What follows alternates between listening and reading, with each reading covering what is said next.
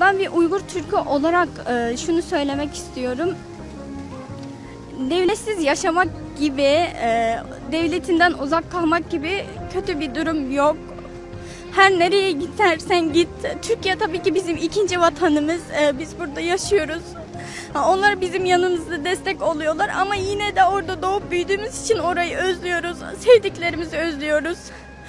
Keşke diyorum bir gün uyansam da orada olsam, kendi bayrağımla, kendi devletimle, kendimizin üniversitesi, okulları olsa biz de orada eğitim alsak, görsek.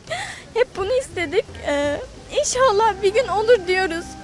Biz şahsen ben Türkiye milletinden bizim sesimiz olmasını istiyorum. Benim gibi benden küçük olan o kadar çok yaşlılar, kadınlar, erkekler var. Onların derdini burada ben tek başıma anlatamam şu an. Herkesin içi acı çekiyor, canımız yanıyor.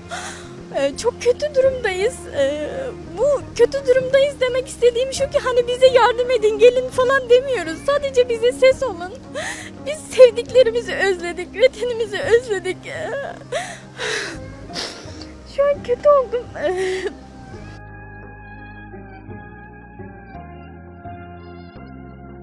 Ve özlemin ne olduğunu yaşamayan kimse bilmiyor. Özellikle vatana olan özlemi. Gitsem de şu topraklarımı koklasam, orada yaşasam, hep onu istiyorum. İnşallah bir gün olur. Bizim sesimize ses olun. Şu an Doğu Türkistan'da o kadar çok çocuk benim gibi genç kızlar var ki onlar eziliyor, onlar tecavüze uğruyor. Kızlar bizim namusumuz diyorlardı herkes. Bizim orada namuslarımız ölüyor. Biz orada berbat durumdayız. Yaşlılarımız katlediliyor, küçük çocuklarımız asimile ediliyor. Lütfen bize katılın, lütfen bizim sesimiz olun.